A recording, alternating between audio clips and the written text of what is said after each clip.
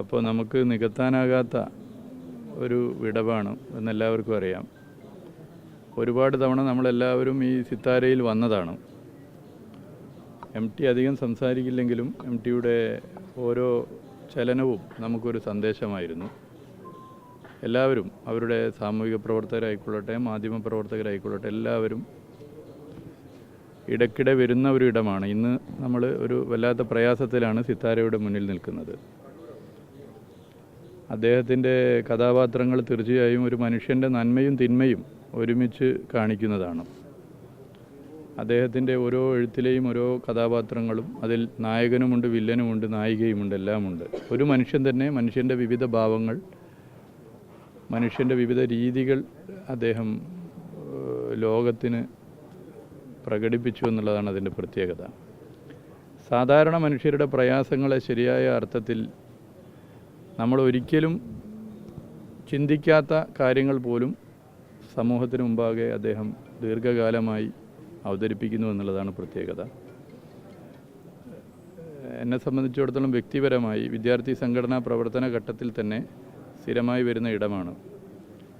അദ്ദേഹത്തിൻ്റെ നാടായ കൂടല്ലൂർ ആനക്കര പഞ്ചായത്തിലാണ്. അദ്ദേഹത്തിൻ്റെ വീടിനോട് ചേർന്നാണ് എൻ്റെ പിതാവിൻ്റെയും വീടുള്ളത്. അദ്ദേഹം എൻ്റെ വീടുമായും ഒക്കെ തന്നെ ആ നിലയിൽ വ്യക്തിപരമായി ബന്ധമുള്ളതാണ്. ഇടയ്ക്ക് നാട്ടിൽ പോകുമ്പോൾ നാട്ടിൽ പോയ വിശേഷങ്ങളും പലപ്പോഴും കാണുമ്പോൾ പങ്കുവെക്കാറുണ്ട്. അദ്ദേഹത്തിന് അത്രത്തോളം അദ്ദേഹത്തിൻ്റെ മനസ്സിൽ അലിഞ്ഞു ചേർന്നതാണ് കൂടല്ലൂർ. അദ്ദേഹത്തിൻ്റെ പല കഥകളിലും കഥാപാത്രങ്ങളായി കൂടല്ലൂരിലെ കഥാപാത്രങ്ങൾ വന്നിട്ടുണ്ട്.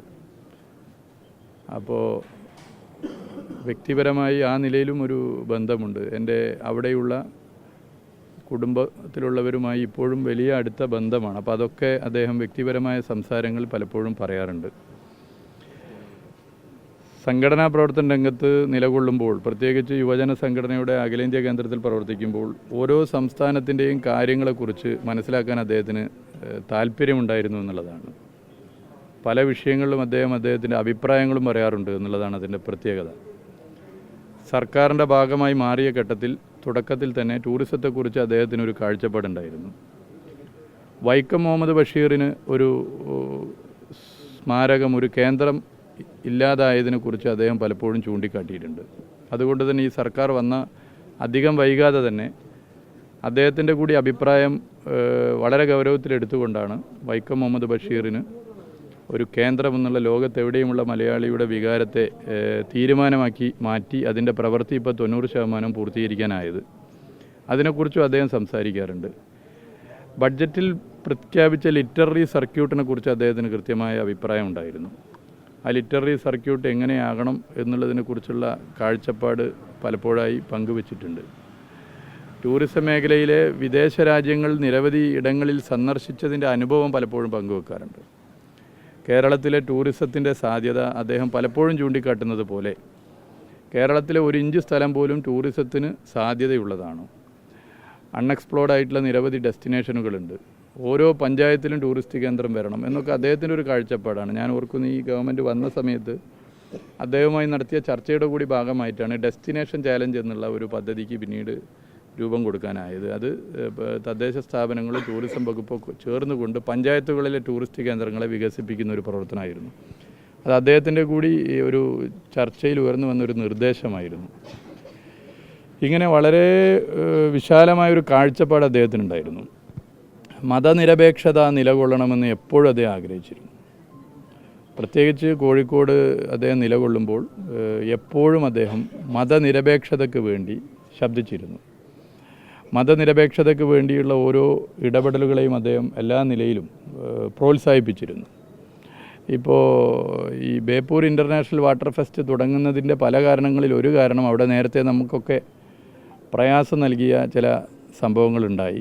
മനുഷ്യൻ ഭിന്നിക്കുന്ന സ്ഥിതിയിലേക്ക് പോകുന്ന ചില നീക്കങ്ങളുണ്ടായി. ചിലരുടെ ജീവൻ നഷ്ടപ്പെട്ടു. മനുഷ്യനെ ഒന്നിപ്പിക്കുവാനുള്ള പ്രവർത്തനങ്ങളാണ് ഫെസ്റ്റുകളും കൂട്ടായ്മകളും എന്ന ഒരു അഭിപ്രായം അദ്ദേഹത്തിനുണ്ടായിരുന്നു. അദ്ദേഹത്തിന് ആ ഫെസ്റ്റിൽ വരാൻ പറ്റിയിട്ടില്ലെങ്കിലും അദ്ദേഹം എപ്പോഴും അതിനോടൊപ്പം നിന്നിരുന്നു. അവിടെ പ്രത്യേകിച്ച് അങ്ങനെ ഒരു ഫെസ്റ്റ് സംഘടിപ്പിക്കുന്നത് എല്ലാ നിലയിലും നല്ലതാണ് എന്ന് ചൂണ്ടിക്കാട്ടിയിരുന്നു. ഇങ്ങനെ ഓരോ വിഷയത്തിലും ഒരു എഴുത്തുകാരൻ സാംസ്കാരിക നായകൻ എന്നുള്ളതിൻ്റെ അപ്പുറത്തേക്ക് ഓരോ വിഷയത്തിലും അദ്ദേഹത്തിന് അഭിപ്രായമുണ്ടായിരുന്നു. എഴുത്ത് നമ്മൾ എടുത്ത് പരിശോധിച്ചാൽ പുതിയ തലമുറയിലെ മാറ്റങ്ങൾ അദ്ദേഹം ഉൾക്കൊണ്ടിരുന്നു, മനസ്സിലാക്കിയിരുന്നു എന്നുള്ളതാണ്. ന്യൂ ജനറേഷനെക്കുറിച്ച് കൃത്യമായ കാഴ്ചപ്പാട് അദ്ദേഹത്തിനുണ്ടായിരുന്നു. ഇങ്ങനെ എല്ലാ നിലയിലും നമ്മുടെ നാട്ടിലെ ഓരോ സാമൂഹിക പ്രവർത്തകനും മനുഷ്യനും പല തലത്തിൽ ഒരു കരുത്തായിരുന്നു ബഹുമാന്യനായ MT. ആ കരുത്തിനെയാണ് നമുക്ക് നഷ്ടപ്പെട്ടത്. ആ കരുത്താണ് നമുക്ക് ഇപ്പോൾ ചോർന്നു പോകുന്ന സ്ഥിതി വന്നിട്ടുള്ളത്.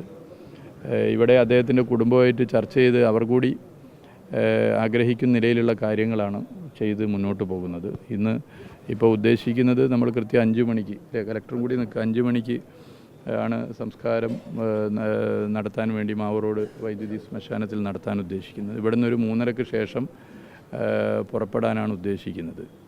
അപ്പം അങ്ങനെയാണ് ഇപ്പോൾ ഞങ്ങൾ ആലോചിച്ചിട്ടുള്ളത്. ജില്ലാ കലക്ടറും പോലീസ് കമ്മീഷണറേറ്റും ആലോചിച്ചു. ബഹുമാനപ്പെട്ട മുഖ്യമന്ത്രി ഇന്നലെ അർദ്ധരാത്രി തന്നെ ഇവിടെ എത്തിയിട്ടുണ്ട്. അദ്ദേഹം അധികം വൈകാതെ ഇവിടെ എത്തും. അപ്പോൾ അത്തരം കാര്യങ്ങൾ കൂടി ചർച്ച ചെയ്ത് തീരുമാനമെടുത്ത് മുന്നോട്ട് പോകാനാണ് ഉദ്ദേശിക്കുന്നത്. അതെ, അതിപ്പോൾ നമ്മൾ അദ്ദേഹത്തിൻ്റെ കുടുംബമായിട്ട് കൂടി ചർച്ച ചെയ്തുകൊണ്ടാണ് എല്ലാ കാര്യങ്ങളും ചെയ്യുന്നത്. അത് ഇനി ഇത് ഒന്നുകൂടി ചർച്ച ചെയ്ത് തീരുമാനിക്കാനുള്ളത്. അതെ, സർക്കാർ ആഗ്രഹിക്കുന്നത് ആ നിലയിൽ തന്നെയാണ്. പക്ഷേ അവരുടെ കുടുംബത്തിൻ്റെ കൂടി അഭിപ്രായത്തെ എല്ലാ നിലയിലും എടുക്കണം, ആ അഭിപ്രായം കേൾക്കണം. കുടുംബത്തോട് അദ്ദേഹം തന്നെ ചില കാര്യങ്ങൾ പറഞ്ഞിട്ടുണ്ട് എന്നാണ് പൊതുവെ മനസ്സിലാക്കുന്നത്. അപ്പോൾ അതുകൂടി പരിഗണിച്ചുകൊണ്ടാണല്ലോ നമുക്ക് കാര്യങ്ങൾ ചെയ്യാനാകും.